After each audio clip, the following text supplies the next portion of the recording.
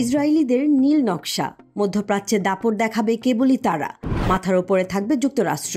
তাতে যদি ফিলিস্তিন মুছেও যায় তাতে কিছু যায় আসে না। কিন্তু রুখে দাঁড়িয়েছে ইরানের প্রতিরোধের অক্ষ। বুদ্ধি আসছে তেহরান থেকে।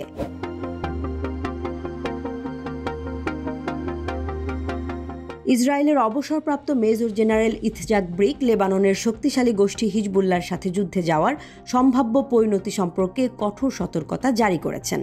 তিনি প্রধানমন্ত্রী বেনিয়ামিন নেতানিয়াহু, প্রতিরক্ষা মন্ত্রী ইয়োভ গ্যালান্ট এবং ইসরায়েলি সেনাপ্রধান হার্জি হালেভির সমালোচনা করে বলেছেন, হিজবুল্লাহকে আক্রমণ করার পরিকল্পনা ইসরায়েলকে ধ্বংসের দিকে নিয়ে যেতে পারে। ব্রিক এই ধরনের সংঘর্ষকে সম্ভাব্যভাবে থার্ড টেম্পল, তৃতীয় মন্দিরের ধ্বংস হিসেবে বর্ণনা করেছেন, যা ইসরায়েলের পতনের রূপক হিসেবে ব্যবহার করেছেন।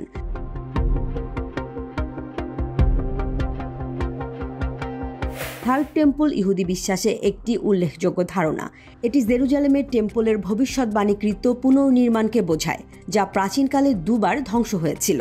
অনেক ইহুদি বিশ্বাস করে যে এই মন্দিরের স্থানটি হল যেখানে আল আকসা মসজিদ বর্তমানে দাঁড়িয়ে আছে, যদিও এর কোনো নিশ্চিত প্রমাণ নেই। কিছু চরমপন্থী এমনকি মন্দিরের পথ তৈরি করতে মসজিদ ভেঙে দেওয়ার আহ্বান জানিয়েছে।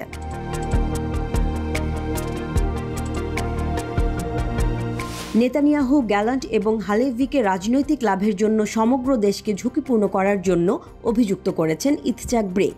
তিনি দাবি করেছেন তারা ইসরায়েলের ভবিষ্যৎ নিয়ে জুয়া খেলতে চায়, কারণ তারা মনে করে যুদ্ধের পরে তাদের হারানোর কিছু নেই।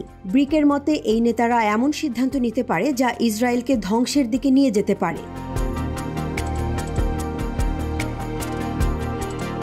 ইসরায়েল ও হিজবুল্লাহ গত বছরের অক্টোবর থেকে গাজায় যুদ্ধের সমান্তরালে আন্তঃসীমান্ত যুদ্ধে লিপ্ত হয়েছে।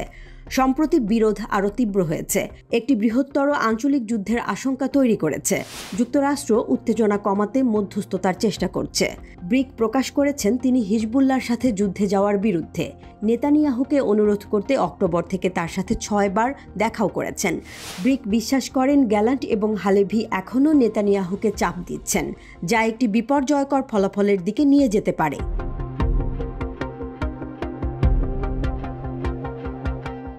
ইসরায়েলের অবসরপ্রাপ্ত মেজর জেনারেল গাজায় স্থল আক্রমণের জন্য ইসরায়েলি সেনাবাহিনীর প্রস্তুতির অভাব সম্পর্কেও সোচ্চার হয়েছেন।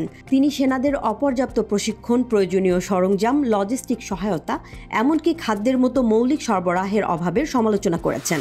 ব্রিক বিশ্বাস করেন সামরিক বাহিনী এত ব্যাপক অভিযানের জন্য প্রস্তুত নয়। সংঘর্ষের ফলে ইতোমধ্যে উল্লেখযোগ্য প্রাণহানি ঘটেছে। গাজায় ইসরায়েলি বোমাবর্ষণ এবং স্থল হামলার কারণে 37,000-এরও বেশি মানুষ নিহত হয়েছে, যাদের বেশিরভাগই নারী ও শিশু। লেবাননে ইসরায়েলি বিমান হামলা এবং গোলাবর্ষণে হিজবুল্লাহ যোদ্ধাসহ 400 জনেরও বেশি মানুষ মারা গেছে। এই সংখ্যাগুলো চলমান সংঘাতের গুরুতর মানবিক মূল্য এবং হিজবুল্লাহর সাথে নতুন যুদ্ধ ঘটলে আরও বড় বিপর্যয়ের সম্ভাবনা তুলে ধরে।